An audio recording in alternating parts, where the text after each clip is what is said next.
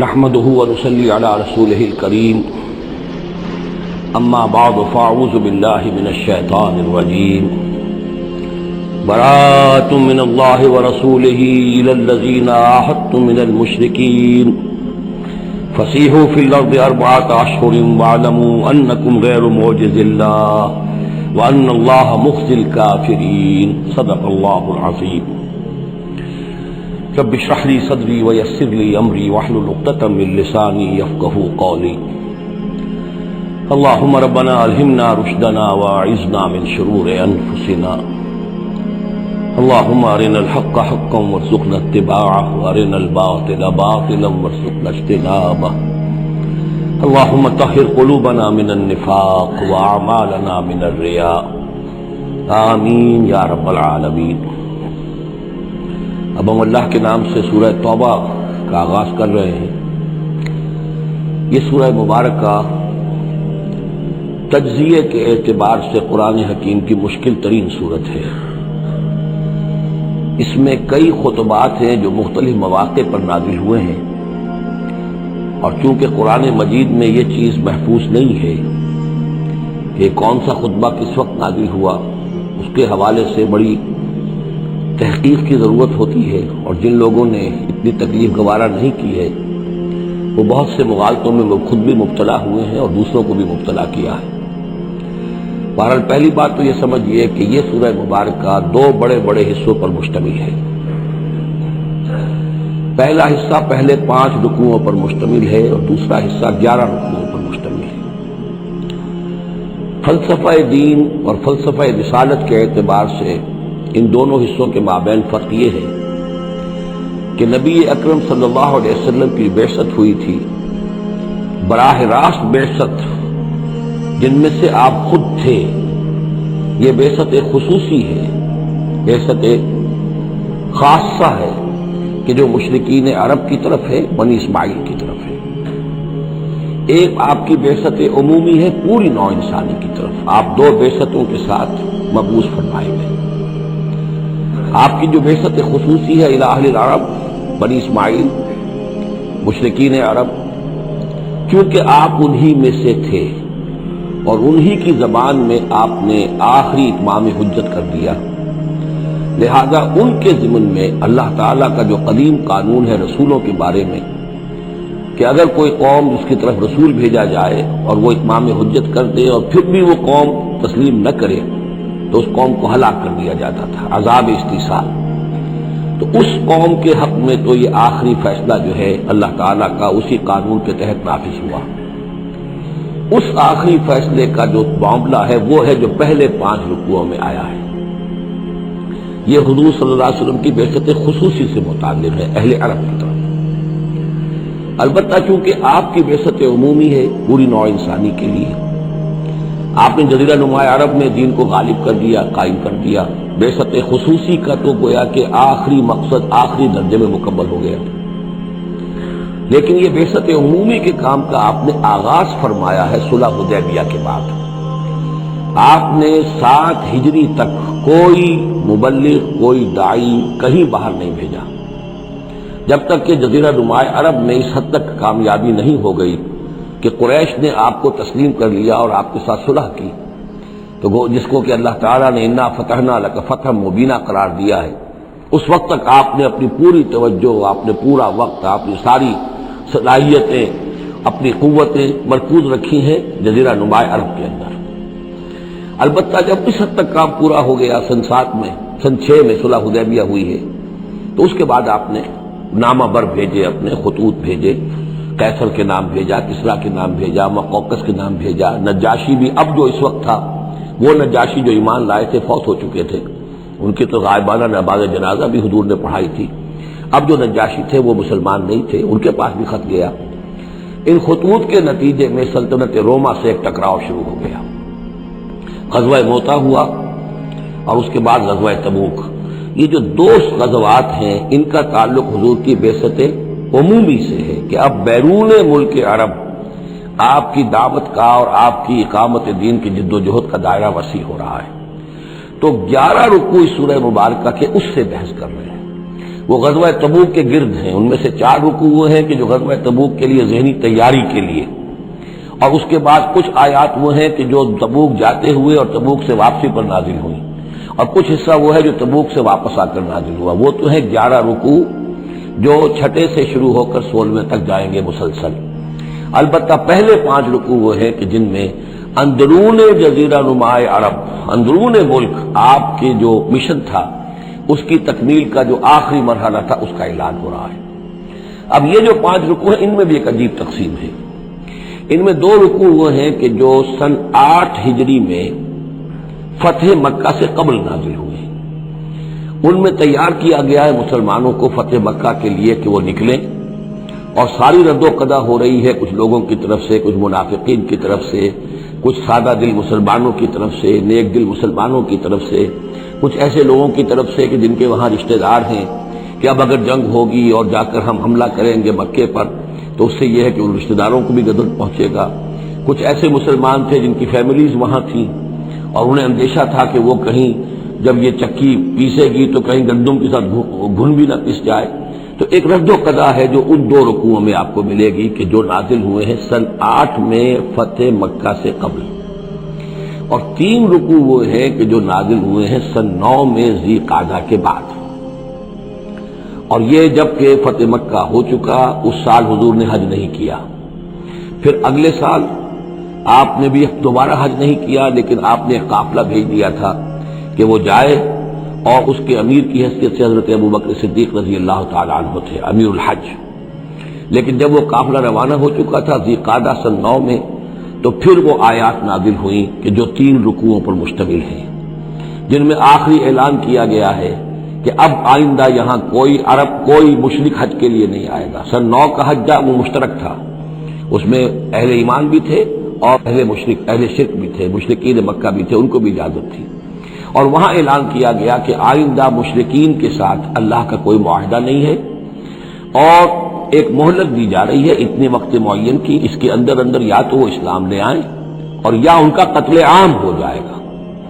یہ سخت ترین آیات ہے قرآن مجید کی کہ جو اس حصے میں نازل ہوئی ہیں، لیکن اس کا فلسفہ سمجھ لیجئے، یہ قائم مقام ہے اس عذاب استیصال کے جو عذاب قوم نوح پر آیا، قوم ہود پر آیا، قوم صالح پر آیا، قوم شعیب پر آیا، سدوم اور عمورہ کی بستیوں پر آیا، آل فرعون پر آیا۔ وہ اب مشرکین عرب پر اس لیے آنا ضروری تھا کہ ان کی طرف حضور بھیجے گئے، انہی کی زبان میں کتاب اتار دی گئی، ان پہ اتمام حجت ہو گیا، حق مبرہن ہو گیا۔ اب اگر وہ ایمان نہیں لا رہے ہیں تو عذاب استیصال کے مستحق ہو چکے ہیں۔ البتہ یہ کہ انہیں پہلی قسم جو دی گئی عذاب کی وہ تو غزوہ بدر کی شکل میں تھی۔ اب آخری یہ ہے کہ چیلنج کر دیا گیا کہ اب اتنی مدت کے اندر اگر تم ایمان لے آؤ گے تو تمہاری خیریت ہے، نہیں لاؤ گے تو تمہیں قتل کر دیا جائے گا۔ اور اس میں خود بخود امپلائڈ تھی یہ بات کہ اگر تم نہ ایمان لانا چاہو نہ قتل ہونا چاہو تو جزیرہ نمائے عرب کو خیر بات کہہ کے چلے جاؤ، جہاں سینگ سمائے چلے جاؤ، اب عرب میں نہیں رہ سکتے۔ اس جزیرہ نمائے عرب کو پاک کر دیا جائے گا شرک سے۔ تو 2 رکوع وہ 3 یہ۔ اب اس میں ایک اور کمپلیکیشن ہے، یہ 2 رکوع پہلے اور 3 رکوع بعد میں، ترتیب زمانی تو یہ ہے، ان 3 رکوعوں کا ایک رکوع پہلے نکال کے لے آیا گیا ہے۔ جیسے میں نے کہا تھا کہ سورہ انفال میں ایک آیت جو تھی کہ جو بڑی اہم تھی اور جو بڑی یوں سمجھیے کہ ایک حساس مسئلے پر تھی کہ مال غنیمت کا کیا ہوگا، اس کو پہلے لے آئے، حالانکہ اس کا اصل حکم، اس کی اصل بحث جو ہے وہ سورت کے اندر چل رہی ہے، جا کے وسط میں آ رہی ہے۔ اسی طریقے سے قرآن کا اسلوب ہے کہ جو خاص بہت اہم شے تھی، اگرچہ وہ ان 3 رکوعوں سے متعلق ہے جو بعد میں نازل ہوئے ہیں، لیکن ان کو پہلے سب سے پہلے صورت میں رکھ دیا گیا ہے۔ تو گویا کہ پہلے 5 رکوع بھی 3 حصوں میں ہیں۔ پہلا رکوع جو 6 آیات پر مشتمل ہے، یہ وہ 6 آیات ہیں جن کو دے کر حضرت علی کو بھیجا حضور نے صلی اللہ علیہ وسلم، وہاں جا کر حج کے اعلان کرو، اعلان عام کر دو میری طرف سے کہ اب مشرکین کے ساتھ کوئی معاہدے نہیں۔ اس کے بعد وہ 2 رکوع ہیں جو 1 سال پہلے نازل ہوئے ہیں فتح مکہ سے قبل۔ پھر 2 رکوع وہی ہیں کہ جو ان 6 آیات کے تسلسل میں ہیں جو ذی قعدہ سن 9 ہجری میں نازل ہو رہے ہیں۔ تو یہ 3 حصوں میں پہلے 5 رکوع ہیں، لیکن ان 5 رکوع کا تعلق محمد الرسول اللہ صلی اللہ علیہ وسلم کی بعثت خصوصی کا جو تکمیلی مرحلہ ہے در حقیقت اس سے ہے۔ برات من اللہ ورسولہ، اعلان برات ہے، لا تعلقی کا اعلان ہے اللہ اور اس کے رسول کی طرف سے، الی الذین عاہدتم من المشرکین، ان لوگوں کی جانب جن سے ہے مسلمانوں تم نے مشرکوں میں سے معاہدے کیے، اللہ کی طرف سے سارے معاہدے ختم۔ البتہ یہ بڑا کیٹیگوریکل سٹیٹمنٹ جو آیا ہے، اس کے بعد اس کے اندر تھوڑی تھوڑی وہ جو ہے تفصیل جب آئے گی تو اس میں رعایتیں دی گئی ہیں، لیکن اعلان ایسا ہے۔ اور اس صورت سے پہلے یہ واحد صورت ہے قرآن مجید کی جس سے پہلے آیت بسم اللہ نہیں ہوتی، اور اس کا سبب یہ بیان کیا ہے حضرت علی رضی اللہ تعالیٰ عنہ نے کہ یہ صورت تو ننگی تلوار لے کر نازل ہوئی ہے۔ آیت بسم اللہ میں تو اللہ کے نام ہے الرحمن الرحیم، تو یہ صورت جو ہے یہ تو ننگی تلوار لے کر نازل ہوئی ہے۔ اہل شرک کے لیے جو اعلان اس میں کیا گیا ہے کہ ان کو قتل کیا جائے گا، قتل عام ہوگا، تو گویا کہ اس کے مضامین جو ہیں اللہ تعالیٰ کی وہ رحمانیت اور رحیمیت کے ساتھ بظاہر ان کی مناسبت نہیں ہے، اس لیے اس صورت سے قبل آیت بسم اللہ نہیں لکھی جاتی۔ واللہ عالم۔ برات من اللہ ورسولہ الی الذین عاہدتم من المشرکین، اعلان برات ہے، اعلان لا تعلقی ہے اللہ اور اس کے رسول کی طرف سے ان تمام لوگوں سے کہ جن سے مسلمانوں نے معاہدے کیے۔ فسیحوا فی الارض اربعۃ اشہر، تو گھوم پھر لو اس زمین میں، یعنی اس جزیرہ نماء عرب میں 4 مہینے کی تمہیں مہلت دی جا رہی ہے۔ وَاعْلَمُوا أَنَّكُمْ غَيْرُ مُعْجِزِ اللَّهِ، اور جان لو کہ تم اللہ کو عاجز نہیں کر سکتے، اللہ کو شکست نہیں دے سکتے۔ وَأَنَّ اللَّهَ مُخْزِي الْكَافِرِينَ، اور اللہ تعالیٰ کافروں کو رسوا کر کے رہے گا۔ اب ان کے لیے یہ آخری جو ہے قسط جو ہے اللہ تعالیٰ کی طرف سے عذاب کی وہ آ کر رہے گی۔ یہ جو کیٹیگوریکل سٹیٹمنٹ آیا ہے یہ ان معاہدوں کے ضمن میں تھا کہ جن میں کوئی میعاد معین نہیں تھی، غیر میعادی معاہدے۔ عام معاہدہ ہے دوستی کا، نو وار پیکٹ ہے، اس کے لیے کوئی ٹائم لمٹ نہیں ہے۔ ان کے لیے تو کھلم کھلا کہہ دیا کہ ٹھیک ہے 4 مہینے کی ہم مہلت دے رہے ہیں، اس کے بعد ہمارا کوئی معاہدہ نہیں۔ اور یہ بالکل معقول بات ہے، اس لیے کہ ایک ہی دن میں نہیں کیا ہے۔ وہ بات بھی ہو گئی کہ معاہدہ پہلے جو ہے ان کی طرف پھینک دیا گیا، فَأَنبِذْ عَلَيْهِمْ عَلَىٰ سَوَاءٍ، اعلان کیا جا رہا ہے، اور پھر ایک دن میں اقدام بھی نہیں ہو رہا، 4 مہینے دیے جا رہے ہیں۔ تو یہ ہے معاملہ ان کا جو معاہدے غیر میعادی تھے جن میں کوئی مدت معین نہیں تھی۔ وَأَذَانٌ مِّنَ اللَّهِ وَرَسُولِهِ إِلَى النَّاسِ يَوْمَ الْحَجِّ الْأَكْبَرِ، اور اعلان عام ہے اللہ اور اس کے رسول کی طرف سے لوگوں کی جانب حج اکبر کے دن، یوم الحج الاکبر، بڑے حج کے دن۔ بڑے حج سے مراد حج ہے، یہ ہمارے ہاں جو عام خیال ہے کہ جمعے کو حج ہو تو حج اکبر ہے، یہ بغیر کسی بنیاد کے ہے۔ اصل میں عمرہ جو ہے وہ حج اصغر ہے، اور جو حج ہے وہ حج اکبر ہے۔ عمرہ بھی ایک چھوٹا حج ہے، تو وہاں اکبر اور اصغر اس اعتبار سے ہوتے ہیں۔ تو یوم الحج الاکبر، جب جو حج آ رہا ہے اس دن، ان اللہ بریء من المشرکین ورسولہ، اعلان عام، چونکہ حج میں تو تمام اطراف و اکناف جو ہیں جزیرہ نماء عرب کے وہاں سے لوگ آئے ہوئے ہیں، تو اعلان عام ہو جائے گا کہ اللہ تعالیٰ بری ہے، الگ ہے، اس کا کوئی معاہدہ مشرکین کے ساتھ نہیں ہے، نہ صرف اللہ بلکہ اس کے رسول بھی۔ وَإِن تُبْتُمْ فَهُوَ خَيْرٌ لَكُمْ، اور اگر تم باز آ جاؤ، توبہ کر لو تو تمہارے لیے بہتر ہے، اسی میں خیریت ہے۔ وَإِن تَوَلَّيْتُمْ، اگر تم پیٹھ موڑ لو گے، روگردانی کرو گے، فَاعْلَمُوا أَنَّكُمْ غَيْرُ مُعْجِزِ اللَّهِ، تو سن رکھو تم اللہ کو عاجز نہیں کر سکتے، تم اللہ کو شکست نہیں دے سکتے۔ وَبَشِّرِ الَّذِينَ كَفَرُوا بِعَذَابٍ أَلِيمٍ، اور ان کافروں کو اے نبی بشارت دے دیجئے دردناک عذاب کی۔ إِلَّا الَّذِينَ عَاهَدتُّم مِّنَ الْمُشْرِكِينَ، اب یہاں ایک استثناء ہو رہا ہے، یہ ہے جن کے ساتھ میعادی معاہدے تھے، 2 سال کا معاہدہ ہے، 1 سال کا معاہدہ ہے، 6 ماہ کا معاہدہ ہے، اس کو مستثنیٰ رکھا۔ غیر میعادی معاہدہ تھا اس کی اعلان کر دیا اور 4 مہینے کی مہلت دے دی۔ جو میعادی تھا اس کو فرمایا الا الذین عاہدتم من المشرکین، ہاں اس کے سوا وہ لوگ ہوں گے کہ جن سے تم نے مسلمانوں مشرکین میں سے جن سے معاہدے کیے، ثم لم ينقصوکم شیئا، پھر انہوں نے کوئی کمی نہیں کی، کوئی شے جو ہے جو بھی شرائط تھی اس میں سے کسی میں کوئی کمی نہیں کی، وہ اپنے معاہدے کی شرائط کی پابندی کرتے رہے۔ وَلَمْ يُظَاهِرُوا عَلَيْكُمْ، اور نہ تم پر تمہارے دشمنوں کی کوئی مدد کی، احدن کسی کی بھی، فَأَتِمُّوا إِلَيْهِمْ عَهْدَهُمْ، تو ان کے لیے ان کی مدت مکمل کر دو، اِلَىٰ مُدَّتِهِمْ، جو بھی مدت ہے، کسی کی 2 سال کی ہے، کسی کی 6 مہینے کی ہے، تو جو میعادی معاہدہ ہے اس کی بشرطے کہ ان کی طرف سے کوئی خلاف ورزی نہ ہوئی ہو تو ان کی مدت جو ہے وہ پوری کر دو۔ ان اللہ یحب المتقین، یقیناً اللہ تعالیٰ تقوی والوں کو پسند کرتا ہے۔ فَإِذَا انْسَلَخَ الْأَشْهُرُ الْحُرُمُ، جب یہ مہینے جو رعایت کے مہینے ہیں، پناہ کے مہینے ہیں، یعنی دو شکلیں ہو گئی، جیسے عورت کی جو عدت ہوتی ہے، فرض کیجئے کہ طلاق دی گئی تو ایک عدت تو یہ ہے کہ 3 ماہ جو ہے یا 3 حیض آ گئے، لیکن اگر اگر حاملہ ہے تو وضع حمل تک وہ عدت رہے گی۔ اسی طریقے سے جن لوگوں کا کوئی میعاد مقرر نہیں تھی ان کے لیے 4 مہینے مقرر کر کے اور ان کے معاہدوں کا اعلان کر دیا۔ جن کی میعاد مقرر تھی کہا کہ جیسے ہی میعاد ختم ہوگی پھر معاہدہ نہیں ہوگا، اب یہ رینیو نہیں ہوگا، لیکن یہ کہ اس مدت کی تکمیل کر دی جائے گی۔ فَإِذَا انسَلَخَ الْأَشْهُرُ الْحُرُمُ، اور جب یہ محترم مہینے سمجھ لیجئے، اس لیے کہ اب یہ ان کے لیے جو امان کے مہینے ہیں جو تمہیں دے دیے گئے ہیں، جب یہ ختم ہو جائیں گے، فَاقْتُلُوا الْمُشْرِكِينَ حَيْثُ وَجَدتُّمُوهُمْ، تو قتل کرو ان مشرکوں کو جہاں پاؤ۔ یہ سخت ترین الفاظ ہیں۔ وَخُذُوهُمْ، پکڑو ان کو، وَاحْصُرُوهُمْ، گھیراؤ کرو ان کا، وَاقْعُدُوا لَهُمْ كُلَّ مَرْصَدٍ، اور ہر جگہ گھات لگا کر بیٹھو ان کو پکڑنے کے لیے۔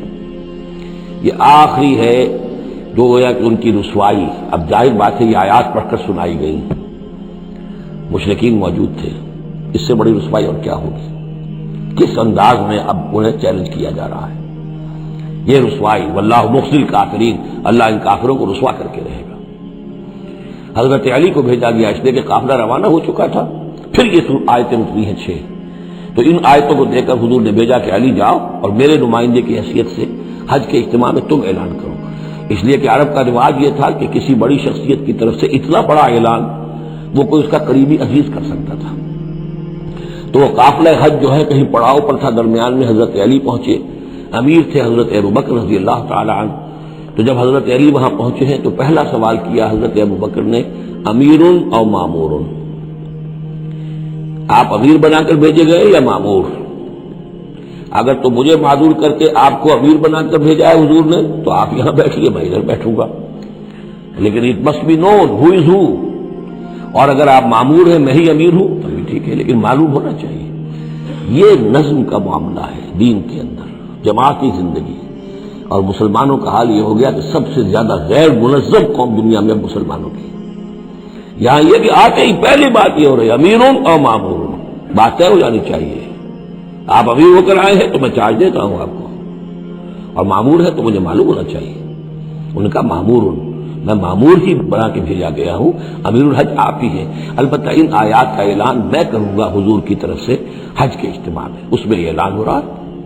فَإِذَا انسَلَخَ الْأَشْهُرُ الْحُرُمُ فَاقْتُلُوا الْمُشْرِكِينَ حَيْثُ وَجَدتُّمُوهُمْ وَخُذُوهُمْ وَاحْصُرُوهُمْ وَاقْعُدُوا لَهُمْ كُلَّ مَرْصَدٍ فَإِن تَابُوا وَأَقَامُوا الصَّلَاةَ وَآتَوُا الزَّكَاةَ، پھر اگر وہ توبہ کریں، نماز قائم کریں، زکوٰۃ ادا کریں، فَخَلُّوا سَبِيلَهُمْ، تو ان کا راستہ چھوڑ دو، کھول دو، مسلمان ہو گئے۔ ان اللہ غفور الرحیم، یقیناً اللہ غفور الرحیم ہے۔ وَإِنْ أَحَدٌ مِّنَ الْمُشْرِكِينَ اسْتَجَارَكَ، اور اگر مشرکین میں سے کوئی شخص آپ سے پناہ طلب کرے، حتیٰ یسمع کلام اللہ، اتنا بڑا ہمیں الٹیمیٹم دے دیا گیا ہے، بہت سے لوگ ہوں گے ابھی تک انہوں نے توجہ کی نہیں، سوچا ہی نہیں محمد کیا کہہ رہے ہیں، کیا دعوت ہے۔ اب یہ کہ تمام جزیرہ نما عرب کے لوگوں کو اتنا بڑا الٹیمیٹم آ گیا ہے تو وہ سنجیدگی سے سوچنے پہ مجبور ہوئے کہ یہ کیا بات ہے، کیا دعوت ہے جس کے لیے ہمیں یہ الٹیمیٹم دے دیا گیا۔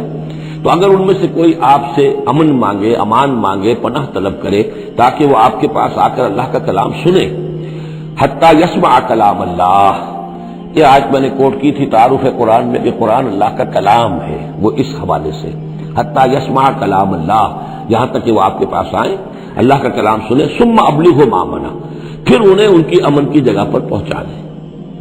یہ نہ ہو کہ وہیں کہ اب کرو فیصلہ، اسلام قبول کرتے ہو کہ نہیں کرتے، ورنہ تمہاری گردن اڑاتے ہیں، نہیں، وہ امان لے کر آیا تھا، کلام اللہ سننا چاہتا تھا، اب فیصلہ وہ جو بھی کرے لیکن اس کو جا کر اپنے گھر اس کے امن کی جگہ تک پہنچا دو۔ ثم ابلغہ مامنا ذالک بانہم قوم لا یعلمون، اور یہ اس لیے کہ یہ لوگ ہیں جو علم نہیں رکھتے، انہیں پتہ ہی نہیں ہے، یہ ابھی تک غافل ہی رہے، انہوں نے سنجیدگی سے سوچا ہی نہیں ہے کہ یہ دعوت کیا ہے۔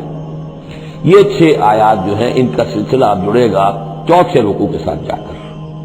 اب جو دوسرا رکوع اور تیسرا رکوع آ رہے ہیں یہ ہے کہ جو سن 8 ہجری میں فتح مکہ سے قبل نازل ہوئے، اور اس میں مسلمانوں کو آمادہ کیا جا رہا ہے قریش کے خلاف جنگ کرنے کے لیے۔ اگرچہ جنگ بالفعل نہیں ہوئی لیکن کیا معلوم تھا، ممکن ہے خون ریزی ہو جائے، ممکن ہے مکے کی گلیاں جو ہیں وہ خون کی ندیاں جو ہے اس میں بہنے لگے، سارے اندیشے تھے۔ وہ تو جو ہو گیا وہ تو بعد میں معلوم ہوا کہ کیا ہوا ہے، لیکن بہرحال اس میں جو ریلیکٹنس تھی، کچھ لوگوں میں بربنائے منافقت، کچھ لوگوں میں بربنائے شرافت اور ایک سادہ لوحی، کچھ لوگوں میں اس وجہ سے کہ ان کے اعزاء اور اقربا وہاں تھے اور انہیں اندیشہ یہ تھا کہ کہیں وہ گیہوں کے ساتھ وہ گھن بھی نہ پس جائے۔ کیف یکون للمشرکین عہد عند اللہ وعند رسولہ، اصل میں یوں ذہن میں رکھیے کہ جو صلح حدیبیہ ہوئی تھی اس کو خود قریش کے حلیف قبیلے نے توڑ دیا، اور اب حضور صلی اللہ علیہ وسلم سے سیرت میں آپ نے پڑھا ہی ہوگا کہ ابو سفیان جو سردار ہیں مکے کے، وہ آئے ہیں چل کر یہ درخواست لے کر کہ حضور اس صلح کی تجدید کر دیجئے۔ حضور نے تجدید نہیں کی، سفارشیں بھی کروائیں انہوں نے جو بھی کروا سکتے تھے، حضرت علی سے کوشش کی، اپنی بیٹی حضرت ام حبیبہ رضی اللہ تعالی عنہا وہ حضور کی زوجہ محترمہ تھی، وہاں گئے، انہوں نے بھی کوئی حوصلہ نہ دیا، بلکہ وہاں تو واقعی اور ہو گیا کہ وہ گئے اپنی بیٹی کے ہاں، حضور کا بستر بچھا ہوا تھا، بیٹھنے لگے تو ام حبیبہ رضی اللہ تعالی عنہا نے فرمایا کہ ابا جان ذرا ٹھہریے، وہ چھٹک کر کھڑے رہ گئے تو بستر طے کر دیا، اب بیٹھ جائیے۔ اب یا سردار قریش انہوں نے کہا کہ یہ بستر میرے لائق نہیں تھا یا میں اس بستر کے لائق نہیں تھا۔ حضرت ام حبیبہ فرماتی ابا جان آپ اس بستر کے لائق نہیں ہیں، یہ نبی کا بستر ہے اور آپ ناپاک ہیں، آپ مشرک ہیں، اب کیا کہیں ان سے سفارش کرو گے؟ معلوم ہوا کہ وہ ساری گئے تو تھے اس لیے کہ بیٹی سے سفارش کروا دیں گے تو شاید زبان میں نہ کھل سکی ہو، پر اس وقت ہو سکتا ہے کہ بہت سے لوگوں نے یہ چیمے گوئیاں کی ہو کہ دیکھیے اچھی بات نہیں ہے، صلح اچھی بات ہوتی ہے، اب یہ قریش کا سردار آیا ہے، گڑ گڑا رہا ہے، سفارشیں کروا رہا ہے تو صلح کر لینی چاہیے، کیوں صلح نہیں کر رہے حضور؟ اس کو پس منظر میں رکھیے، تب یہ آیتیں آپ کی سمجھ میں آئیں گی۔ کیف یکون للمشرکین عہد عند اللہ، کیسے ہو سکتا ہے مشرکین کے لیے کوئی عہد اللہ کے نزدیک، وعند رسولہ اور اس کے رسول کے نزدیک، الا الذین عاہدتم من المسجد الحرام، سوائے ان کے کہ جن کے ساتھ تم نے معاہدہ کیا تھا مسجد حرام کے پاس صلح حدیبیہ، فما استقاموا لکم فاستقیموا لہم، تو جب تک وہ اس پر قائم رہے، سیدھے رہے تمہارے لیے، تم بھی قائم رہو، سیدھے رہو، ان اللہ یحب المتقین، لیکن اللہ تعالیٰ متقیوں کو پسند کرتا ہے۔ یعنی جب تک انہوں نے نہیں توڑا تھا معاہدہ ہم نے بھی پیروی کی، ہم نے اس کی پوری پابندی کی، لیکن یہ کہ اب جب کہ ان کی طرف سے یہ توڑا جا چکا ہے تو اب کوئی دباؤ نہیں ہے، کوئی اخلاقی اصول نہیں ہے کہ لازماً معاہدے کی تجدید کی جائے، اب صورتحال کو دیکھنا ہے۔ حضور کو پورا اندازہ ہو چکا تھا کہ اب ان مشرکین میں اتنا دم نہیں ہے کہ وہ مقابلہ کر سکے، تو معاہدے کا مطلب کیا ہوتا کہ کفر اور شرک کو ایک فریش لیز آف ایگزسٹنس دے دیا جائے، 10 سال کے لیے اگر معاہدہ کرے 10 سال کے لیے کفر جو ہے ڈنکا بجائے گا حرم کے اندر اور مکے کے اندر، تو حضور کو پورا اندازہ تھا، اس لیے آپ نے تجدید نہیں کی۔ کیف وَإِن يَظْهَرُوا عَلَيْكُمْ، کیسے جبکہ اگر وہ تم پر کہیں قابو پا لیں، غالب آ جائیں، لا يرقبوا منکم الا ولا ذمہ، تو ہرگز لحاظ نہیں کریں گے نہ تمہاری قرابت کا نہ عہد کا، ان کے ہاں تو نہ قرابت کے کوئی معنی ہے نہ معاہدے کے کوئی معنی ہے، معاہدہ جب بھی چاہا توڑ دیا، قرابت داری کے خلاف کیا۔ یرضونکم بافواہہم، اب وہ جو آئے ہیں صلح کی تجدید کرنے کے لیے اور چاپلوسی کر رہے ہیں، وہ چاہتے ہیں کہ تمہیں راضی کر لیں اپنے منہ سے، وتابا قلوبہم، اب بھی ان کے دل انکاری ہیں، دل اب بھی نہیں مان رہے، واکثرہم فاسقون، اور ان کی اکثریت فاسقین پر مشتمل ہے۔ اشتروا بآیات اللہ ثمنا قلیلا، یہ وہی لوگ ہیں جنہوں نے اللہ کی آیات کو فروخت کیا ہے حقیر سی قیمت کے عوض، اپنی چودراہٹیں، اپنی سیادتیں، حق کو پہچاننے کے باوجود محمد رسول اللہ 13 برس تک ان کے ہاں 12 برس تک دعوت دیتے رہے، انہوں نے قرآن مجید کو رد کیا، فصدوا عن سبیلہ، لوگوں کو روکتے رہے، خود بھی رکے رہے اللہ کے راستے سے، انہم ساء ما كانوا يعملون، بہت ہی برا ہے ان کا عمل جو رہا ہے۔ لا يرقبون فی مومن الا ولا ذمہ، دوبارہ یہ کسی مومن کے حق میں نہ قرابت کا کوئی لحاظ کرتے ہیں نہ کسی عہد اور معاہدے کا کرتے ہیں، واولئک هم المعتدون، اور حقیقت میں یہی لوگ ہیں جو حد سے زیادہ تجاوز کرنے والے ہیں۔ فإن تابوا وأقاموا الصلاة وآتوا الزکاة، پھر بھی اللہ نے راستہ کھلا رکھا ہوا ہے، اب بھی کھلی بات ہے کہ اگر وہ توبہ کرے اور نماز قائم کرے اور زکوٰۃ دے، فإخوانکم فی الدین، تو وہ تمہارے دینی بھائی ہیں۔ وَنُفَصِّلُ الْآيَاتِ لِقَوْمٍ يَعْلَمُونَ، اور ہم اپنی آیات کی تفصیل بیان کر رہے ہیں ان لوگوں کے لیے جو علم رکھتے ہیں، جو علم حاصل کرنا چاہیں۔ وَإِن نَكَثُوا أَيْمَانَهُم مِّن بَعْدِ عَهْدِهِمْ، اور اگر انہوں نے توڑ دیا ہے اپنی اس قسم کو اور معاہدے کو اس کے باندھنے کے بعد، وطعنوا فی دینکم، اور جبکہ وہ انہوں نے عیب لگایا ہے تمہارے دین کے معاملے میں، فقاتلوا ائمۃ الکفر، تو اب جنگ کرو ان کفر کے اماموں سے۔ یہ ہے الفاظ جو بہت نوٹ کرنے کے۔ ائمۃ الکفر کون تھے جزیرہ نما عرب میں؟ کافر تو سب تھے، مشرک سب تھے۔ ائمۃ الکفر، ائمۃ الشرک، یہ قریش تھے، متولی کعبے کے، بتوں کے مجاور، یہ سارا مرکز جو ہے شرک کا جو بنایا، اللہ کے گھر کو توحید کا مرکز تھا اسے شرک کا اڈا بنا دیا۔ یہ ہے امام۔ جب تک ان کو شکست نہ دی جائے تو ظاہر بات ہے کہ جزیرہ نما عرب پر دین کے غلبے کا تصور نہیں ہے۔ چاہے وہاں کوئی فارمل حکومت نہیں تھی، کوئی سلطنت نہیں تھی، کوئی ریاست نہیں تھی، کوئی جو ہے فارمل دارالخلافہ نہیں تھا، لیکن معنوی اعتبار سے یہ ام القری، یہ مرکزی بستی ہے، یہ ہے اس پورے جزیرہ نما عرب کا صدر مقام ایک اعتبار سے۔ اور یہاں کے جو لوگ ہیں ائمۃ الکفر، ان کے ساتھ جنگ کرو۔ فقاتلوا ائمۃ الکفر، تو قتال کرو ان کفر کے اماموں سے۔ انہم لا ایمان لہم، ان کی کسی قسم کا کوئی پاس نہیں، ان کی کوئی قسمیں نہیں ہیں، کوئی اعتبار نہیں۔ لعلہم ینتہون، شاید کہ وہ باز آ جائیں، یعنی سختی سے شاید باز آ جائیں۔ اے مسلمانوں، نرمی کے ساتھ وہ باز آنے والے نہیں۔ الا تقاتلون قوما نکثوا ایمانہم، کیا ہو گیا تمہیں؟ تم جنگ نہیں کرنا چاہتے ایسی قوم سے جنہوں نے اپنے عہد کو توڑا؟ معاہدہ انہوں نے توڑا ہے، مسلمانوں نے تو نہیں توڑا، نہ مسلمانوں کے حلیف قبیلے نے توڑا، انہوں نے وعدہ جو کیا تھا اس کو توڑا ہے۔ تو کیا ہو گیا تمہیں؟ شرافت کی وجہ سے یا بزدلی کی وجہ سے یا منافقت کی وجہ سے یا اور کسی سبب سے تم ان سے جنگ نہیں کرنا چاہتے؟ اللہ تو قاتلون، کیا تم قتال نہیں کرنا چاہتے قومن، اس قوم سے نکثوا ایمانہم، جنہوں نے اپنی قسمیں توڑی، وہموا باخراج الرسول، یہی تو ہے کہ جنہوں نے رسول کو مکے سے نکلنے پر مجبور کیا، وہم بدؤکم اول مرہ، اور انہوں نے ہی آغاز کیا تھا۔ ظاہر بات ہے کہ کتنا مسلمانوں کو ستایا تھا مکے میں، مسلمانوں میں سے بعضوں کو شہید کیا تھا مکے میں، کتنوں کو تکلیفیں دی تھی، ٹارچر کیا تھا، پرسیکیوٹ کیا تھا، انہوں نے کیا پہلی مرتبہ۔ اتخشونہم، اب دیکھیے یہ ہے وہ سرچنگ کوسچن، اے مسلمانوں کیا ان سے ڈر رہے ہو؟ یہ کوئی بزدلی ہے جو تم پر طاری ہو گئی ہے؟ قریش کے خلاف اقدام سے گھبرا رہے ہو؟ اتخشونہم فاللہ احق ان تخشوہ ان کنتم مؤمنین، تو اگر تم مومن ہو تو اللہ زیادہ حقدار ہے کہ تم اس سے ڈرو۔ اب یہ اس کا حکم ہے، تمہیں اقدام آخری کرنا ہے۔ قاتلوہم، کرو جنگ ان سے، یعذبہم اللہ بایدیکم، اللہ تعالیٰ عذاب دے گا انہیں تمہارے ہاتھوں، ویخزہم، اور ان کو رسوا کرے گا، وینصرکم علیہم، اور تمہاری مدد کرے گا ان کے خلاف، وَيَشْفِ صُدُورَ قَوْمٍ مُؤْمِنِينَ، اور اہل ایمان کے سینوں کی جلن کو دور کر دے گا، ٹھنڈک عطا فرمائے گا۔ یعنی اب بھی مکے میں ایسے لوگ تھے کہ جن پر ٹارچر ہو رہا تھا، وہ جو ضعیف تھے، جو نہیں کر سکتے تھے، سفر نہیں کر سکتے تھے، یا خواتین تھیں، تو ان کے اوپر جو بھی ظلم ہو رہے تھے، تو جب ان لوگوں کی اب درگت بنے گی تو ان کے بھی دلوں کو کچھ ٹھنڈک ملے گی، اور ان کو بھی کچھ نہ کچھ ان کے احساسات جو ہیں اس کے اندر کچھ سکون ہوگا۔ وَيُذْهِبْ غَيْظَ قُلُوبِهِمْ، ان کے دلوں میں جو غصہ بھرا ہوا، غم بھرا ہوا، اللہ تعالیٰ اسے نکالے گا۔ وَيَتُوبُ اللَّهُ عَلَىٰ مَن يَشَاءُ، اور اللہ تعالیٰ توبہ نصیب کر دے گا جس کو چاہے گا توبہ کی توفیق دے دے گا۔ وَاللَّهُ عَلِيمٌ حَكِيمٌ، اور اللہ تعالیٰ علیم اور حکیم ہے۔ اب تیسری مرتبہ وہ آیت آ گئی ہے قرآن میں، ام حسبتم ان تترکوا، ام حسبتم ان تدخلوا الجنة ولما يأتكم مثل الذين خلوا من قبلكم مستهم البأساء والضراء وزلزلوا حتى يقول الرسول والذين معه متى نصر الله ألا إن نصر الله قريب۔ اسی طرح پھر یہ آیت ہے 214 سورہ بقرہ کی، 142 سورہ آل عمران کی، ام حسبتم ان تدخلوا الجنة، اب یہ تیسری مرتبہ ام حسبتم ان تترکوا، اور یہ آیت نمبر 16 ہے، 1 اور 6 کو بھی جمع کریں گے تو 7 بنے گا۔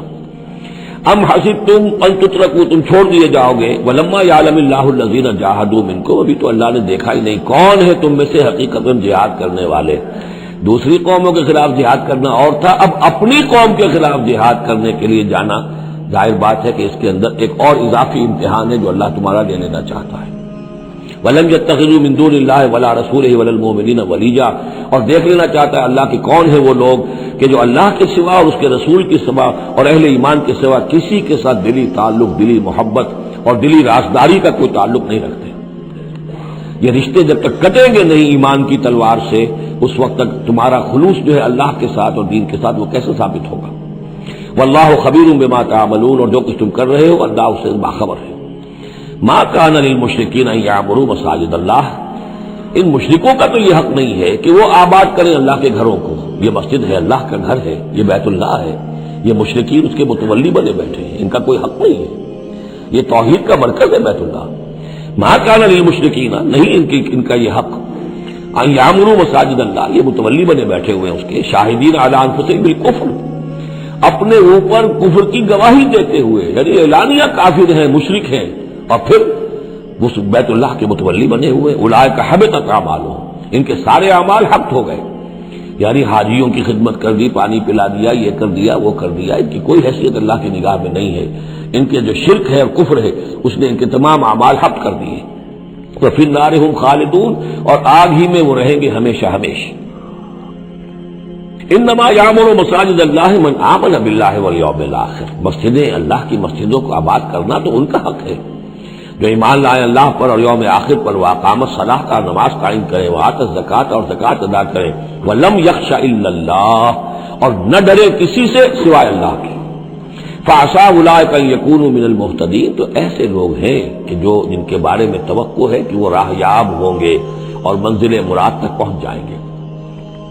اجعلتم سقایۃ الحاج وعمارۃ المسجد الحرام کمن آمن باللہ والیوم الآخر، کیا تم نے حاجیوں کو پانی پلانا اور مسجد حرام کو آباد رکھنا اس کو برابر کر دیا ہے اس کے کہ جو شخص ایمان لایا اللہ پر اور یوم آخر پر، وجاہد فی سبیل اللہ، اللہ کی راہ میں جہاد کرے؟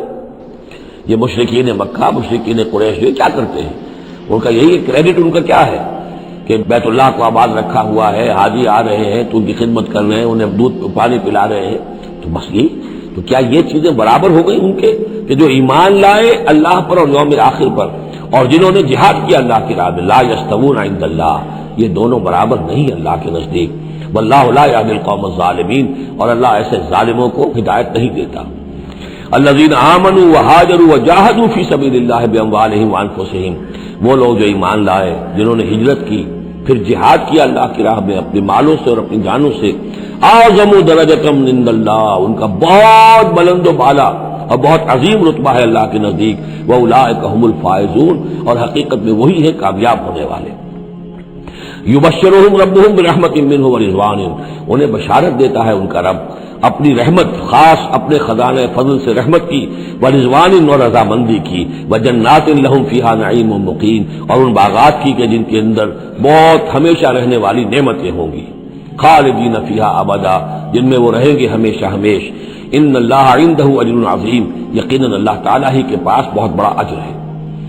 یا ایھا الذین آمنوا لا تتخذوا آباءکم واخوانکم، اب چونکہ کچھ مسلمانوں کو جیسا کہ میں نے عرض کیا یہ ہوگا کہ آخر وہ ہمارے باپ ہیں، وہاں پہ بھائی ہیں، اب یہ جنگ ہوگی، چلیے ابھی تک امید تھی کہ وہ لوگ شاید ایمان لے آئیں تو ہمارے ساتھ ہو جائیں، ابھی تک وہ ایمان نہیں لائے ہیں، اب اگر ادھر سے چڑھائی ہوگی ہمیں جانا پڑے گا، اپنے ہاتھوں جو ہے وہ اپنے رشتہ داروں کو، اپنے بھائی بندوں کو قتل کرنا پڑے گا، یہ چیز جو رکاوٹ بن رہی تھی، تو ذرا اب اس کے اوپر ایک ضرب لگ رہی ہے ان دو آیتوں میں، اور قرآن مجید کی اہم ترین آیتوں میں سے اگلی آیت ہے جو آئے گی اس کے بعد، آیت نمبر 24۔ یا ایھا الذین آمنوا لا تتخذوا آباءکم واخوانکم اولیاء، اے اہل ایمان اپنے باپوں اور بھائیوں کو اپنے ولی اور دوست اور حمایتی مت سمجھو، مت بناؤ۔ ان استحبوا الکفر علی الایمان، اگر انہوں نے ایمان کے مقابلے میں کفر کو پسند کیا ہے، اگر اب بھی تمہارے دل میں ان کے لیے محبت ہے اور تمہارے دل میں وہ تعلق جو ہے موجود ہے، تو اس کا مطلب یہ ہے کہ پھر ایمان کے ساتھ رشتہ تمہارا مضبوط نہیں ہے، اللہ کے لیے غیرت نہیں ہے، دین کے لیے، توحید کے لیے غیرت نہیں ہے۔ یا ایھا الذین آمنوا لا تتخذوا آباءکم واخوانکم اولیاء ان استحبوا الکفر علی الایمان ومن یتولھم منکم، تو جو کوئی بھی ان کے ساتھ وہ ولایت کا تعلق رکھے گا، دوستی اور جو پشت پناہی کا، وہ فاولئک ھم الظالمون، تو خود وہ بھی پھر ظالموں میں شریک ہو جائیں گے۔ اب وہ آیت آ رہی ہے، خاصی طویل آیت ہے اور یہ بہت ہی اہم آیت ہے۔ قل، اے نبی ان سے کہہ دیجئے، ان کان آباؤکم وابناؤکم واخوانکم وازواجکم وعشیرتکم، واموال اقترفتموها وتجارة تخشون كسادها ومساكن ترضونها احب الیکم من اللہ ورسولہ وجہاد فی سبیلہ فتربصوا حتی یاتی اللہ بامرہ واللہ لا یہدی القوم الفاسقین۔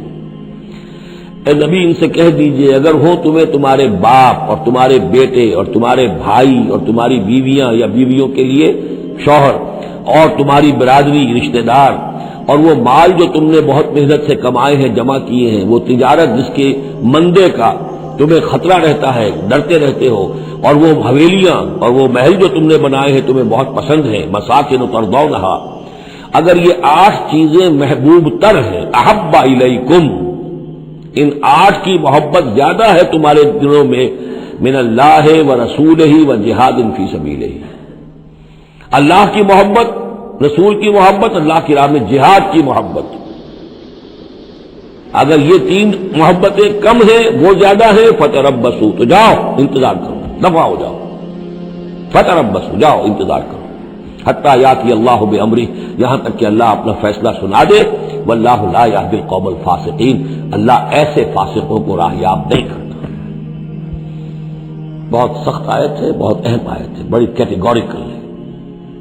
ہر شخص اپنے باطن میں ایک ترازو نصب کرے، اپنے باطن میں، کسی اور کو نہ ناپیے تولیے، یہ اپنے آپ کو تولیے۔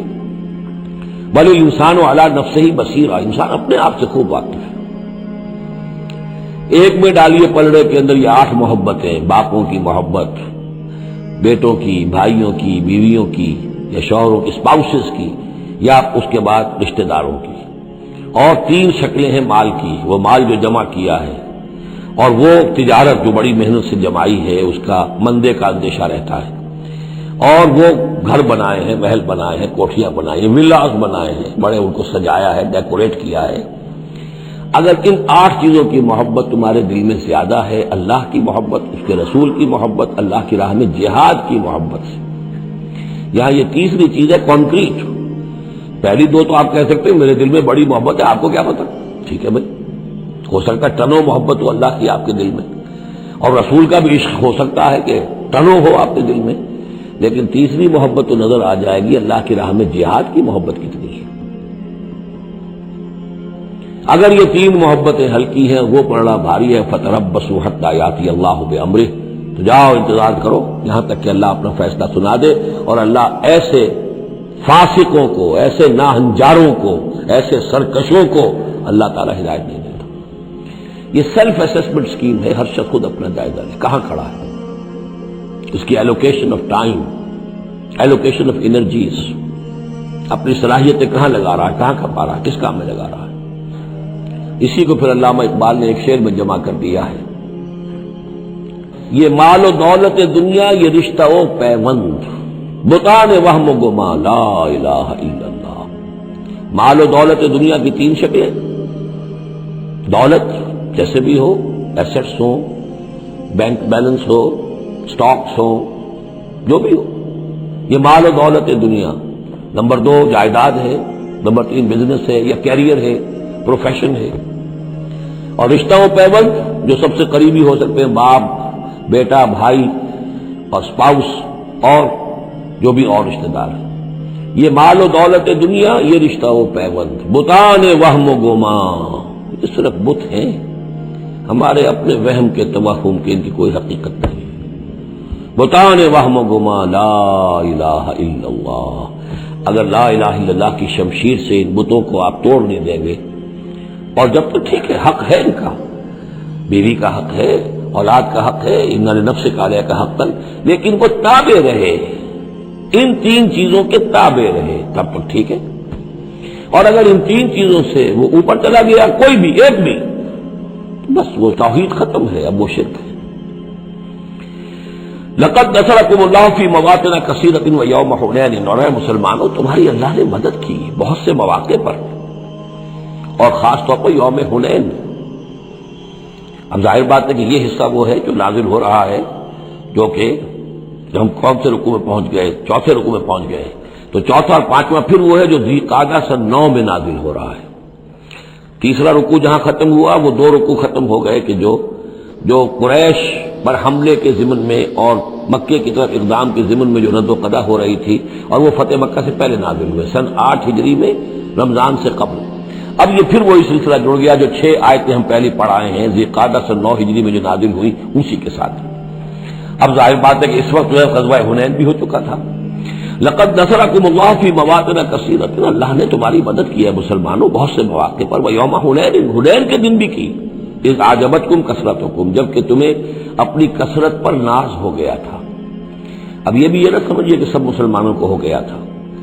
حضور جب فتح مکہ کے وقت آئے ہیں مکے میں تو 10,000 مسلمان آپ کے ساتھ تھے، پھر اس کے بعد آپ نے جب طائف پر حملے کا فیصلہ کیا اور اس کے بعد آپ میدان میں نکلے اور حنین کی جنگ ہوئی ہے تو 12,000 کا لشکر آپ کے ساتھ تھا۔ 10,000 وہ تھے اور 2,000 یا تو وہ لوگ تھے جو فتح مکہ کے بعد ایمان لائے، نو مسلم سمجھ لیجئے اسی وقت جو ایمان لائے، اور یا ابھی وہ مشرک ہی تھے لیکن چونکہ اب وہ رعایا ہو گئے مسلمانوں کی تو وہ بھی گویا کہ شریک تھے اس میں ان کے خادموں اور معاونین کی حیثیت سے۔ 12,000 کا یہ لشکر جب گزر رہا تھا ایک وادی سے، اور اس وادی کے دونوں طرف پہاڑیاں تھیں، تو جو تیر انداز تھے اور وہ بہت ہی نشانے والے لوگ تھے تو انہوں نے مورچے بنا رکھے تھے پہاڑیوں کے اوپر، ان کے اوپر سے تیروں کی بوچھاڑ آئی ہے، تو یہ نشیب میں ہے، وادی میں ہے، اوپر سے بیراج آ رہا ہے، اس کے نتیجے میں بھگدڑ مچ گئی۔ بعض روایات میں تو آتا ہے کہ حضور کے ساتھ صرف 30-40 آدمی رہ گئے، علامہ شبلی نے یہی لکھا ہے 30-40 آدمی رہ گئے، لیکن سید سلیمان ندوی نے پھر اپنے استاد سے اختلاف کرتے ہوئے اسی میں سیرت النبی میں نوٹ دیا کہ نہیں 300-400 آدمی رہ گئے تھے، لیکن 300-400 آدمی بھی رہ جائیں 12,000 میں سے تو بھگدڑ بہت بڑی تھی۔ اس وقت پھر حضور خود اپنی سواری سے اترے ہیں، علم اپنے ہاتھ میں لیا ہے، رجز آپ نے پڑھا ہے، انا النبی لا کذب انا ابن عبد المطلب، میں نبی ہوں اس میں کوئی شک نہیں، چاہے یہ 12,000 میرا ساتھ دے تب بھی نبی ہوں، کوئی ساتھ نہ دے تب بھی نبی ہوں، اور میں عبد المطلب کا بیٹا یعنی پوتا میدان میں موجود ہوں۔ اس پر پھر یہ کہ آپ نے لوگوں سے کہا کہ پکارو الیہ یا عباد اللہ، الیہ یا اصحاب الشجرہ، الیہ یا اصحاب البدر، کہاں جا رہے ہو اے بدریوں، کہاں جا رہے ہو؟ صلح حدیبیہ کے وقت جنہوں نے مجھ سے بیعت کی تھی موت کی، بیعت رضوان، کہاں جا رہے ہو؟ پھر لوگ پلٹے ہیں، پھر فتح ہو گئی۔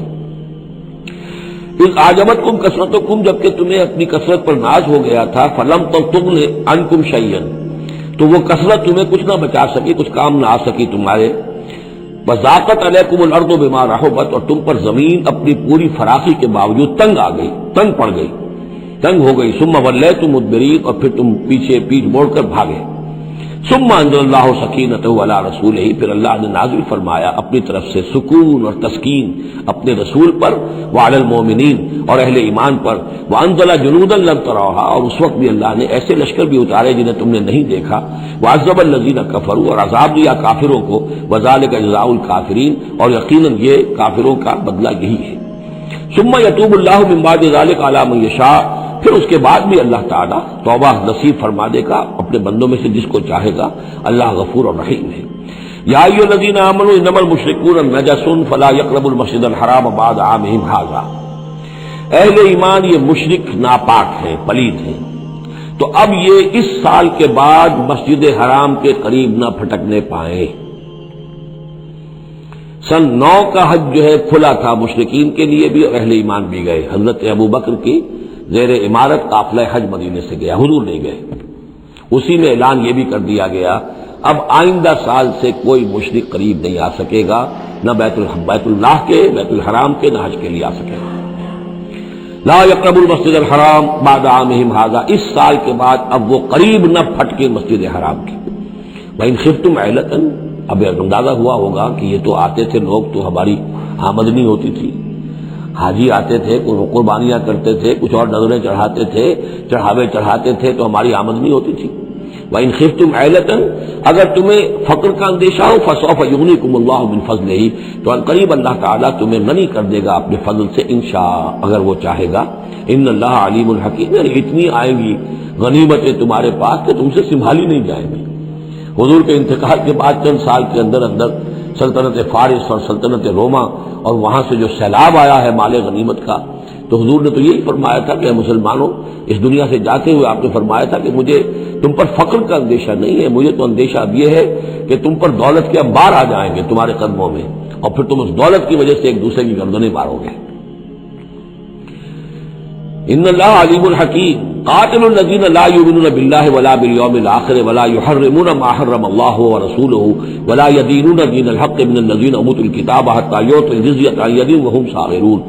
یہ آیت بھی فلسفہ دین کے اعتبار سے بہت اہم ہے۔ جنگ کرو ان لوگوں سے جو نہ ایمان رکھتے ہیں اللہ پر نہ یوم آخر پر، جو حرام نہیں ٹھہراتے جس کو اللہ اور اس کے رسول نے حرام ٹھہرایا، اور نہ قبول کرتے ہیں دین حق کی تابع داری من الذین اوتوا الکتاب، ان لوگوں میں سے کہ جن کو کتاب دی گئی تھی، حتی یعطوا الجزیۃ عن ید وہم صاغرون، یہاں تک کہ وہ اپنے ہاتھ سے جزیہ پیش کریں اور چھوٹے ہو جائیں، نیچے رہے، تابع ہو جائیں۔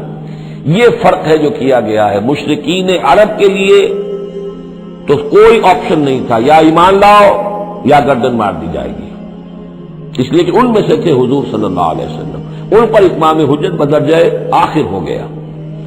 لیکن یہ کہ باقی لوگوں کے لیے، نصارہ اور یہود کے لیے بھی اسی کتاب بقیہ پوری نوع انسانی ہے، تمام انسان، پھر فارس کے لوگ تھے یا ہندوستان کے لوگ تھے یا اور تھے، ان سب کے لیے قانون یہی رہا ہے۔ کسی کے لیے یہ چیلنج نہیں ہے کہ تم یا ایمان لاؤ یا قتل کر دیے جاؤ گے، اس کے بعد کسی کے لیے نہیں۔ یہ خاص وقت تھا اس قوم کے لیے اس عذاب کا کہ جس قوم نے ایک رسول کی دعوت کو رد کیا تھا۔ اب اس کے بعد کوئی رسول ہے بھی نہیں، موجود نہیں ہے، بنفس نفیس تو موجود نہیں ہے، معنوی طور پر ہے، وہ واقعتاً جو ہے مادی طور پر تو نہیں ہے۔ اس حوالے سے بقیہ پوری نوع انسانی کا معاملہ کیا ہے؟ ان کے سامنے یہ ہے کہ قتال ان سے بھی کیا جائے گا، جنگ ان سے بھی کی جائے گی، یہاں تک کہ وہ تابع ہو جائیں، اللہ کے دین کی بالادستی کو قبول کر لیں، لیکن اس کے نیچے وہ یہودی رہیں، وہ مجوسی رہیں، وہ ہندو رہیں، وہ سکھ رہیں، وہ پارسی رہیں، وہ جو بھی چاہے رہیں، انڈیویجول کو کسی کو اسلام لانے پہ مجبور نہیں کیا جائے گا، اور یہ نہیں ہوگا کہ گردن اڑا دی جائے گی یا اسلام لاؤ۔ وہ معاملہ تھا مشرکین عرب کے لیے۔ یہ جو زمین و آسمان کا فرق، اس کو اچھی طرح سمجھ لیجئے۔ یہی وجہ ہے کہ پھر جب دور صحابہ میں اور دور خلافت راشدہ میں فوجیں نکلی ہیں صحابہ کی، تو 3 آپشنز دیتے تھے وہ، ایمان لے آؤ تم ہمارے برابر کے ہو جاؤ گے، تمہارے حقوق ہمارے حقوق برابر، ہم یہ بھی نہیں کہیں گے ہم سینئر ہیں تم جونیئر ہو، تمہارے حق کا برابر، بالکل برابر۔ اگر ایمان نہیں لاتے تابع داری اختیار کرو، جزیہ دو، اور اسلامی ریاست کی بالادستی قبول کرو، پھر تم یہودی رہو، مجوسی رہو، عیسائی رہو، نصرانی رہو، جو چاہو رہو، ہندو رہو، بدھ مت کے رہو، جو چاہو رہو۔ اگر یہ بھی نہیں گوارا، گویا کہ تم باطل کے نظام کو قائم رکھنا چاہتے ہو، تو پھر تیسرا آلٹرنیٹو تلوار آئے گی ہمارے تمہارے درمیان فیصلہ کرے گی، آ جاؤ میدان جنگ میں۔ 3 آپشنز ان کے لیے، مشرکین عرب کے لیے بھی 3 آپشن بن گئے تھے 2 ہی، یا ایمان لاؤ یا قتل کر دیے جاؤ گے۔ تیسرا آپشن یہ تھا کہ جزیرہ نما عرب چھوڑ کر جہاں چاہو بھاگ جاؤ، یہاں نہیں رہ سکتے، لیکن یہ اس میں امپلائڈ تھا نہیں، کلیئر نہیں تھا، اسپیلٹ آؤٹ نہیں تھا، لیکن ان کے لیے یہ دوسرا آپشن تھا، قاتل الذین لا یؤمنون باللہ، قتال کرو ان سے جو ایمان نہیں رکھتے اللہ پر نہ یوم آخر پر، ولا یحرمون ما حرم اللہ ورسولہ، نہ حرام ٹھہراتے ہیں اور سمجھتے ہیں ان چیزوں کو جو اللہ اور اس کے رسول نے حرام کی ہیں، ولا یدینون دین الحق، اور نہ دین حق کو قبول کرنے کے لیے اور اس کی تابعداری کرنے کے لیے تیار ہیں، من الذین اوتوا الکتاب، اہل کتاب میں سے، ان سے بھی جنگ کرو، حتی یعطوا الجزیۃ عن ید، یہاں تک کہ وہ دے جزیہ ہاتھ سے، وہم صاغرون، اور چھوٹے ہو کر رہے، اسلام کی بالادستی قبول کریں۔ وقالت الیہود عزیر ابن اللہ، اور یہودیوں نے یہ اعتقاد گھڑ لیا تھا کہ عزیر اللہ کے بیٹے ہیں۔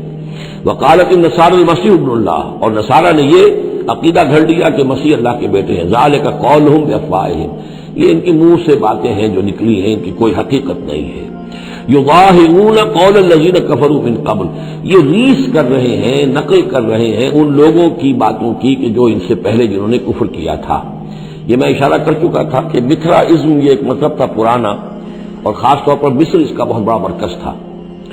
تو جب یہ سینٹ پال نے جب تبلیغ شروع کی ہے عیسائیت کی، اور وہ وہاں سے پھر بات جو ہے آگے بڑھی ہے، اور جینٹائلز کے اندر بھی تبلیغ اس نے شروع کی، تو اس نے پھر اپنے مذہب میں ایسے اعتقادات شامل کر لیے کہ یہ جو دوسرے مذہب کے لوگ ہیں وہ آسانی سے ہمارے اس مذہب عیسائیت میں آ جائیں۔ تو جو تثلیث مصر میں پہلے سے موجود تھی، اسی تثلیث کے نام بدل دیے۔ مصر میں تشخیص تھی God the father, Horus the son of God, and Isis the god mother. تو اللہ خدا اور ایک خدا کی ماں وہ جو آئسس دیوی یعنی اور خدا کا بیٹا. تو اللہ اور عیسیٰ اور مریم، یہ پہلی تشخیص تھی ابتدائی کی جو بنی ہے. God the father, Horus the son of God and Isis the god mother. تو انہوں نے ان کی نقالی کی ہے، اس نقالی میں انہوں نے یہ تشخیص ایجاد کر دی ہے. قاتلہم اللہ انا یؤفکون، اللہ تعالیٰ انہیں قتل کرے، ہلاک کرے. یہ کہاں سے بچلائے گئے ہیں؟ اتخذوا احبارهم ورهبانهم اربابا من دون اللہ. دوسری جو سب سے بڑی گمراہی ہوئی عیسائیوں میں وہ یہ ہے کہ انہوں نے اپنے احبار اور رہبان کو بھی رب بنا لیا اللہ کے سوا. اب یہ جو ہے اس پر اعتراض کیا تھا، اعتراض نہیں سوال کیا تھا حضرت عدی ابن حاتم نے، جو مشہور ہیں حاتم طائی، بہت بڑے جو سخی تھے. وہ تو خیر فوت ہو چکے تھے حضور کی بعثت سے قبل، اور وہ عیسائی تھے. ان کے بیٹے تھے یہ عدی ابن حاتم، یہ ایمان لے آئے. لیکن ایک روز انہوں نے حضور سے پھر یہ کہا کہ حضور یہ بات کچھ سمجھ میں نہیں آئی، قرآن کہتا ہے کہ ہم نے بحیثیت عیسائی اپنے احبار اور رہبان کو اپنا خدا بنا لیا، ارباب بنا لیا. تو ایسی بات تو نہیں ہے، تو اس کا مفہوم کیا ہے؟ تو آپ نے فرمایا کیا یہ صحیح نہیں ہے کہ جس شے کو وہ حلال کہہ دے تم حلال مان لیتے ہو، جس شے کو وہ حرام کہہ دے تم حرام مان لیتے ہو؟ کہ جی یہ تو ہے، تو یہی تو خدا بنا مان لینا ہے. یعنی قانون سازی کا حق اللہ کو حاصل ہے. یہاں پوپ صاحب کو پورا اختیار ہے، جو چاہے فیصلہ کر دے.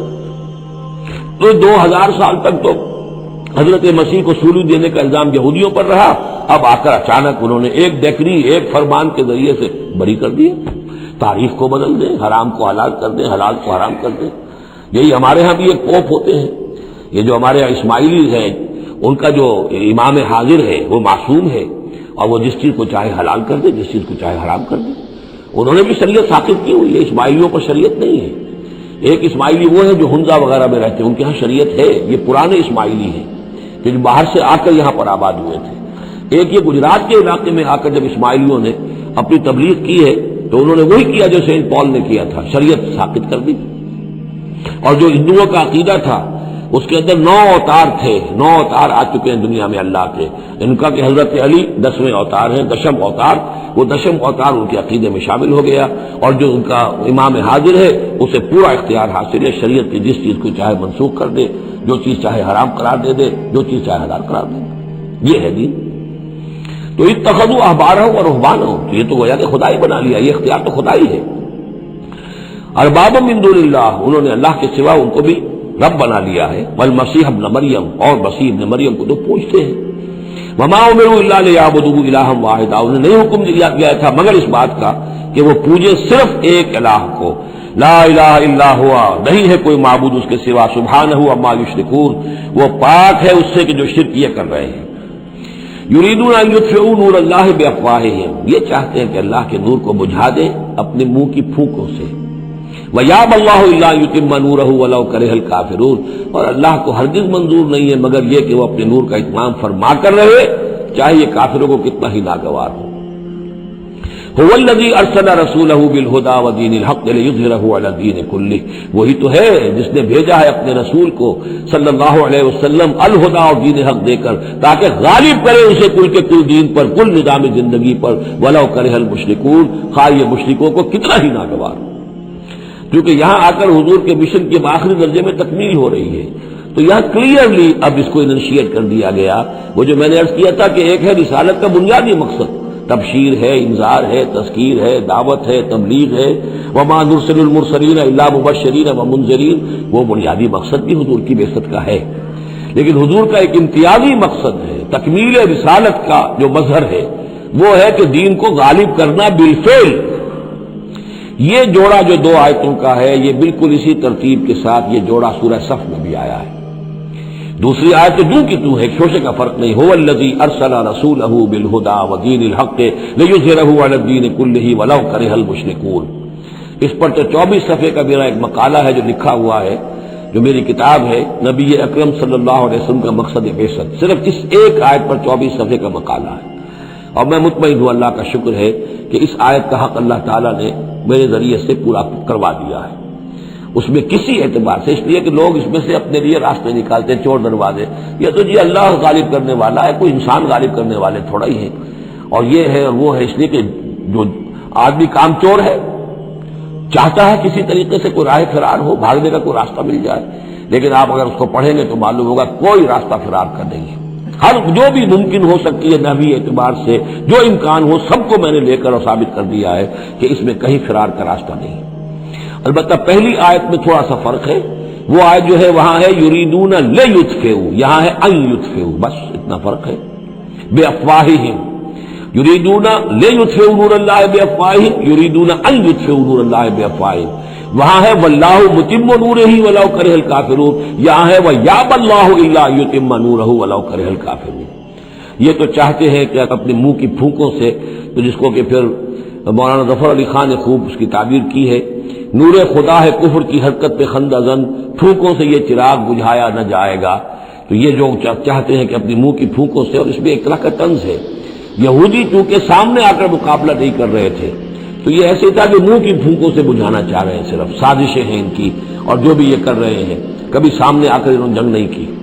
یریدون ان یطفئوا نور اللہ بافواہہم ویابی اللہ الا ان یتم نورہ ولو کرہ الکافرون هو الذی ارسل رسولہ بالہدی ودین الحق لیظہرہ علی الدین کلہ ولو کرہ المشرکون یا ایھا الذین آمنوا ان کثیرا من الاحبار والرہبان لیأکلون اموال الناس بالباطل وَيَصُدُّونَ عَن سَبِيلِ اللَّهِ وَالَّذِينَ يَكْنِزُونَ الذَّهَبَ وَالْفِضَّةَ وَلَا يُنْفِقُونَهَا فِي سَبِيلِ اللَّهِ فَبَشِّرْهُم بِعَذَابٍ أَلِيمٍ۔ یہ آیت بھی بہت اہم ہے، اس لیے کہ جو مسلمان امتوں کے اندر علماء اور احبار اور صوفیاء، یا آپ ایک لفظ استعمال کریں مذہبی پیشوا، جو بھی ایک طبقہ بن جاتا ہے، اگر ان میں دنیا کی محبت اور مال کی محبت آ جائے، ایک عام کاروباری آدمی ہے، دنیا کا کاروبار کرتا ہے، اب ظاہر بات ہے حلال ذریعے سے کما رہا ہے، اچھا کھائے اچھا پہنے، ٹھیک ہے، کوئی جائیداد بھی بناتا ہے، کوئی حرام کام نہیں ہے، اس کی اولاد کو منتقل ہو جائے گی، لیکن یہ کہ جو شخص دین کی خدمت میں لگا ہوا ہے، اب اسے فرض کیجئے کوئی ہدیہ دے رہا ہے، کوئی اس کو اگر فرض کیجئے تحفہ دے رہا ہے یا کسی طریقے سے، تو دین کے لیے دے رہا ہے۔ اگر یہ لوگ بھی اپنے پاس دولت جمع کریں، اگر یہ اپنی جائیدادیں بنائیں، تو یہ بدترین انسان ہے آسمان کی چھت کے نیچے۔ یہ سمجھ لیجیے اچھی بات، عام آدمی کے لیے قانون اور ہوگا۔ اس حدیث کو ذہن میں لے آئیے، حضور نے فرمایا یوشک ان یاتی علی الناس زمان، مجھے اندیشہ ہے لوگوں پر ایک وقت ایسا آ جائے گا، کیسا آ جائے گا؟ لا یبقى من الاسلام الا اسمہ، اسلام میں سے اس کے نام کے سوا کچھ نہیں بچے گا۔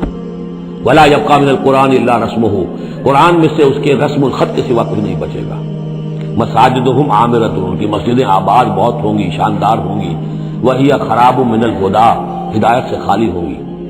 وعلماؤہم شر الناس تحت عظیم السماء، اور ان کے علماء آسمان کی چھت کے نیچے کے بدترین انسان ہوں گے۔ من عندہم تخرج الفتنۃ وفیہم تعود، انہی میں سے فتنہ برآمد ہوگا، انہی میں گھس جائے گا۔